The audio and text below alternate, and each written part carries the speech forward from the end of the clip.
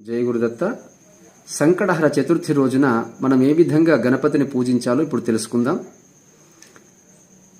సంకటహర చతుర్థి రోజున స్నాన సంధ్యాది తిలకాలు ముగించుకున్న తర్వాత గణపతికి విశేషమైనటువంటి పూజ చేసి గణపతి ముందు ఒక ఎర్రటి వస్త్రాన్ని పరిచి దానికి పసుపు కుంకుమలతో అలంకరణ చేసి మీ మనసులోని కోరికను తెలియజేసుకుని 3 పిడికిళ్ల బియ్యాన్ని అందులో పోయండి ఎర్రటి వస్త్రంలో. అలాగే దానిలో ఆకు వక్క ఎండు ఖర్జూర పళ్ళు పెట్టి దక్షిణ తాంబూలాలు పెట్టి మూటగట్టండి. ఆ రోజు గణపతి దేవాలయానికి వెళ్ళి గరికతో స్వామివారిని అర్చన చేయించండి.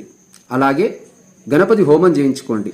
అలాగే సాయంత్రం మీ ఇంటి వద్ద గణపతి పూజ లఘు పూజ చేసి ఆ మూటను విప్పి అందులో నుండి బియ్యాన్ని ప్రసాదంగా వండి స్వామివారికి నైవేద్యంగా పెట్టి మీరు కూడా ఆ ప్రసాదాన్ని తీసుకోండి. ఇలా గనక 3 లేదా 5 లేదా 11, 21 నెలలు గనక చేయగలిగితే తప్పకుండా స్వామివారి అనుగ్రహం కలిగి మీ కష్టాలన్నీ కూడా తొలగిపోతాయి. జై గురుదత్త.